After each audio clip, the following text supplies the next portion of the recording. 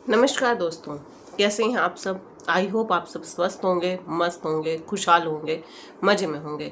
चलिए देर ना करते हुए आज का टॉपिक शुरू करने जा रही हूँ मैं। मेरा जो आज का टॉपिक है वो हम आज बात करेंगे कैसे एक लेडी रिस्पॉन्सिबल है अपनी शादी टूटने के लिए, कैसे वो अपनी अच्छी खासी मैरिज लाइफ को स्पॉइल करती है, खासकर फीमेल और उसके पेरेंट्स में भी माँ स्पेशली।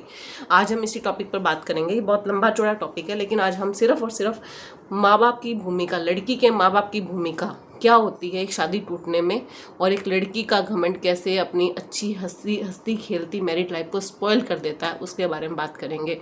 हमने बहुत बात कर ली वुमेन एम्पावरमेंट के बारे में, वुमेन्स के बारे में, उनके हित के बारे में, उन पर होने वाले अत्याचार के बारे में। लेकिन आज हम जो बात करेंगे वो एक समाज की रियलिटी है जिसके बारे में बहुत कम लोग बात करते हैं। इवन मेल खुद इस बारे में बात नहीं करते, क्योंकि उनको ये लगता है कि इससे उनकी मर्दानगी जो है वो हर्ट होगी, इसलिए वो कभी भी खुलकर कभी भी इन चीज़ों के बारे में बात नहीं करते। लेकिन आज हम इसी टॉपिक पर बात करने वाले हैं। हो सकता है कुछ लेडीज़ को मेरा ये वीडियो बुरा लगे, लेकिन ये समाज की सच्चाई है, गौर कीजिएगा। और बहुत सारे हमारे मेल्स के साथ ऐसा हो रहा है। ठीक है, तो चलिए शुरू करते हैं।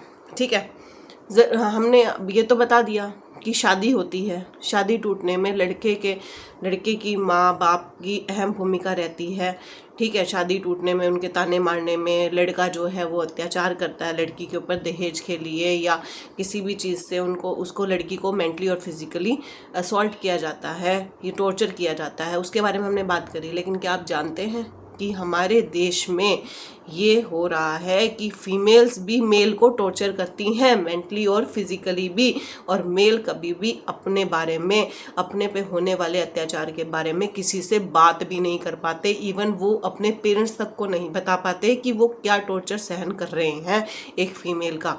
आज हम इसी टॉपिक पर बात करने वाले हैं। ठीक है, एक मेल को माना गया है कि भैया घर में जो है वो कमा कर लाएगा। ठीक है, उसकी कमाई से घर चलता है। ठीक है, उसकी सबसे बड़ी रिस्पॉन्सिबिलिटी है कि वो कमाने वाला होना चाहिए। जब हम लड़की का रिश्ता देखने जाते हैं तब हम लोग यही देखते हैं कि लड़के के पास अर्निंग का यानी इनकम का क्या सोर्स है, कि या तो ज़मीन हो अच्छी भली जिससे अर्निंग होती हो, या कोई खुद का बिजनेस हो, या फिर कुछ ना कुछ सर्विस करता हो, नौकरी हो अच्छी खासी जिससे कि लड़की की लाइफ अच्छे से गुजर सके। और ये सही भी है, हर एक माँ बाप देखते हैं इस चीज़ को, इसमें कुछ गलत नहीं है। ठीक है, तो मेल की जो रिस्पॉन्सिबिलिटी आती है वो घर में खर्चा चलाने की होती है।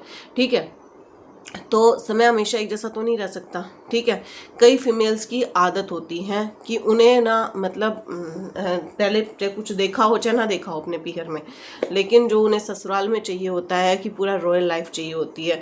काम करने के लिए अच्छी भली मेड हो, चाहे वो पूरे दिन खुद खाली रहे, ठीक है, कुछ ना करती हो, लेकिन उसे मेड चाहिए। चाहे हस्बैंड की इनकम इस बात के लिए एलिजिबल हो चाहे नहीं हो, वो ये नहीं देखती। कई फीमेल्स जो है ना, उनका ये रहता है कि भैया हमें तो रॉयल लाइफ चाहिए, बेशक से तू कहीं से कमा कर ला, चाहे कहीं से ओवर टाइम कर, चाहे कुछ भी करो। और ये चीज़ एक मैन को मेंटली टॉर्चर करती है, मेंटली असोल्ट होता है एक आदमी। ठीक है, जब औरत नई नई डिमांड्स रखती है, किसी उसकी सहेली ने, किसी रिश्तेदार ने, किसी कजन्स ने, किसी बहन ने, अगर ये कुछ भाभी ने, किसी ने मतलब इवन किसी ने भी अगर कुछ नई चीज़ खरीदी, कोई नया सूट खरीदा, कोई नई ज्वेलरी खरीदी, कुछ भी किया, कुछ भी नई गाड़ी आई, कुछ भी, तो उनको ये चाहिए कि मेरे पास भी होना चाहिए। वो अपने हस्बैंड को मेंटली टॉर्चर करना शुरू कर देती है कि मेरे पास भी ये चीज़ होनी चाहिए, जिसकी वजह से आदमी जो है बहुत ज़्यादा मेंटली टॉर्चर फील करता है इस चीज़ को लेके। है, अगर आदमी खुद ये चाहता है कि वो इतनी अर्निंग करे कि अपने बच्चों को, अपनी वाइफ को, अपने पेरेंट्स को एक अच्छी लाइफ दे सके, और जब मेल ये सब डिमांड्स पूरी नहीं कर पाता ना, तो वो काफ़ी ज़्यादा स्ट्रेस में आ जाता है। ठीक है, हर जगह उसकी बेइज्जती की जाती है। कुछ लेडीज़ की आदत होती है कि अपने पीहर में जो है हमेशा कंपैरिजन करते रहेंगे, मेरा भाई तो ऐसा, मेरा जीजा तो ऐसा, मेरी कज़न का हस्बैंड तो ऐसा, तुम ऐसे। ये कंपैरिजन भी आदमी को अंदर ही अंदर मारता है, जो कि सबसे बड़ा कारण है रिश्ते टूटने का। या तो आदमी डिप्रेशन में चला जाएगा, या ओवर स्ट्रेस आकर हो सकता है कुछ गलत कदम भी उठा ले। तो इसलिए मेरी रिक्वेस्ट है, आजकल की जो लड़कियां हैं उनसे रिक्वेस्ट है मेरी कि प्लीज़ अपने हस्बैंड की इनकम देखकर ही तुम वो करो। डिमांड करो उनसे। ऐसा मत करो कि मुझे ये भी चाहिए, मुझे वो भी चाहिए, चाहे हस्बैंड की इनकम इस चीज़ के लिए एलिजिबल हो चाहे नहीं हो। ये एक समाज की रियलिटी है। दूसरा, कुछ थोड़ी सी बात होगी अपने माँ बाप को फ़ोन मिला देंगे, स्पेशली माँ को, कि ये ऐसा कर रहा है, ये वैसा कर रहा है, जबकि उसकी सिचुएशन हर टाइम एक से नीचे। बंदा 365 दिन में से 363 दिन 64 दिन तुमसे अच्छा से बिहेव करे, लेकिन अगर एक दिन उसने तुम्हें कुछ कह दिया या अपने माँ बाप की फेवर में कुछ बोल दिया तो लड़कियां तुरंत फ़ोन करेंगी और कहेंगी जी मेरा इसके साथ गुजारा नहीं हो सकता, मुझे तो तलाक चाहिए। और वहाँ से माँ बोलेगी हाँ तू क्यों साइन करेगी, क्योंकि तू पढ़ी लिखी है, तू यहाँ आ जा और मैं तुझे अच्छे से रखूँगी, छोड़ दे उसको। ठीक है, ये चीज़ें रिश्ता टूटने में सबसे बड़ा अहम रोल निभाती है। अगर बेटियों की माएँ ही बेटियों को सिखाएगी कि उसके तू लड़के के माता पिता की, अपने जो लड़का है, जो हस्बैंड है, उसकी इज्जत मत कर, वो तेरे लायक नहीं है, तो लड़कियों के मन में धीरे धीरे करके इस बात का जो है ये बात घर कर जाएगी मन में, और उसके बाद रिश्ता टूटने से कोई रोक नहीं सकता। ये टॉपिक बहुत ही वास्ट है, इसके बारे में हम डिटेल में बात करेंगे कि करके। अगर आप लोगों को इस टॉपिक पर और वीडियो चाहिए तो प्लीज़ कमेंट करके बताइएगा। ये सिर्फ और सिर्फ एक समरी मैंने आपको बताई है कि किस तरह से हमारे समाज में मेल यानी कि जो हस्बैंड है वो टॉर्चर किए जा रहे हैं, और जिसकी वजह से शादियां भी टूटती हैं। शादियां नहीं टूटती तो मेल डिप्रेशन में जाता है या फिर कुछ ना कुछ गलत काम करता है, या अपने, और लास्ट एक्सट्रीम सिचुएशन होने के बाद तो सुसाइड तक कमेंट करते हैं।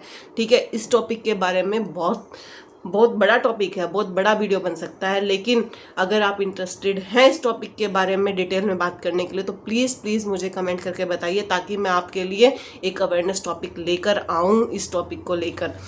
ठीक है, तो देर ना करते हुए मैं अपने वीडियो को यहीं पे ख़त्म करती हूँ। धन्यवाद। अगर आपको मेरा कंटेंट, मेरा वीडियो अच्छा लगता है और आप चाहते हो कि ऐसे ही अवेयरनेस वीडियो मैं लेकर आऊँ, तो प्लीज़ मुझे कमेंट और मेरे चैनल को सब्सक्राइब कर मुझे सपोर्ट करें, ताकि मुझे मोटिवेशन मिले और मैं ज़्यादा से ज़्यादा वीडियो आप लोगों के बीच में लेकर आऊँ। धन्यवाद।